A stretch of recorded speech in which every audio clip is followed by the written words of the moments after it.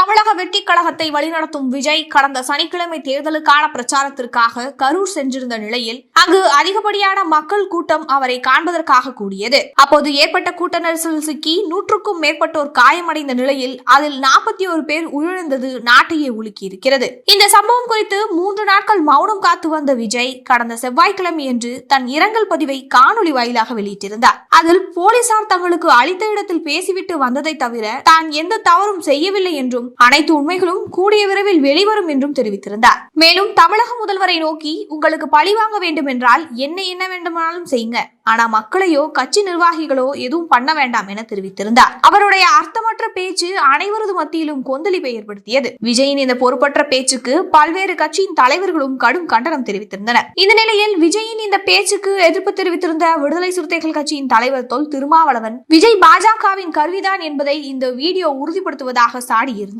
அதனையடுத்து இந்திய கம்யூனிஸ்ட் கட்சியின் மாநில செயலாளரான பே சண்முகம் இது குறித்து பேசியிருந்த போது விஜயின் பேச்சு முற்றிலும் அரசியல் தனமாக இருப்பதாக கூறியிருந்தார். அரசியல் தலைவர்கள், பொறுப்பாளர்கள், செயல்பாட்டாளர்கள் விமர்சனம் குவிந்த வண்ணம் இருக்க விஜயை கொண்டாடிய ரசிகர்களே தற்போது அவரை கடுமையாக சாடி வருகின்றனர்.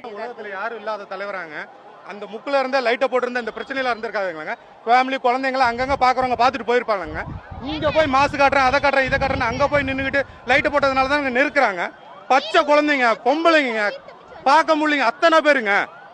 அந்த முக்குல லைட்டை போட்டுருக்கலாம்லங்க, என்னங்க குறைஞ்சு போச்சு? அந்த முக்குல லைட்டை போட்டிருந்தா கேரவனுக்குள்ள இருக்கிற லைட்டு தான் சொல்றேன்.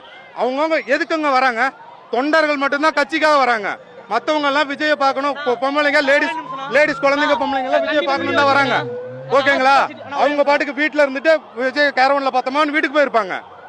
லைட் ஆஃப் பண்ணிட்டு அது வரைக்கும் போனதுனால தான் எல்லாரும் கூடவே போனாங்க. விஜயின் பின் சென்றவர்கள் துயரத்தை தாங்க முடியாமல் தனது பதிவினை சமூக வலைதளத்தில் பதிவிட்டு வருகிறார்கள். விஜய் சார், நீங்க சொல்ற எல்லாத்தையும் நம்புற அளவுக்கு தமிழ்நாட்டு மக்களும் இளைஞர்களும் ஒன்னும் முட்டாள்கள் அல்ல. உங்களோட சாயம் முழுக்க நீங்க போட்ட அந்த வீடியோலே வெளுத்துருச்சு. வேண்டுமென்றே கூட்டத்துக்கு லேட்டா வந்தது, மக்களை காக்க வச்சது, முறையா முன்னெச்சரிக்கையா எந்த ஏற்பாடுகளையும் செய்யாதது, மக்களுக்கு குடிநீர் கூட வழங்காதது, 41 பேர் உயிரிழந்ததுக்கு எந்தவித பதிலும் சொல்லாம இருந்தது, காயப்பட்டவங்களை நேர்ல கூட போய் பார்க்காததுன்னு இவ்வளவு அலட்சியமா செயல்பட்டுட்டு வீடியோல நான் எந்த தப்பும் பண்ணல அப்படின்னு வாய் கூசாம போய் சொல்றீங்க. அப்போ நீங்க பண்ண இந்த தப்பெல்லாம் எந்த கணக்குல வைக்கிறது விஜய் சார்? அரசியல் வரதுக்கு முன்னால நீங்க ஒரு சினிமா பிரபலம். உங்களை பார்க்க எவ்வளவு கூட்டம் வரும், அந்த கூட்டத்தை எப்படி ஒழுங்குபடுத்துறதுன்ற அடிப்படை சிந்தனை கூடவா உங்களுக்கு இல்ல? மக்களோட உயிர் விஷயத்துல அலட்சியமா இருந்துட்டு இப்போ அரசாங்கத்தையும் முதலமைச்சரையும் குறை சொல்றது எந்த விதத்துல நியாயம்னு கேட்டு விஜயின் ரசிகர்கள் மனம் நொந்து கேள்வி எழுப்பி வருகின்றனர்.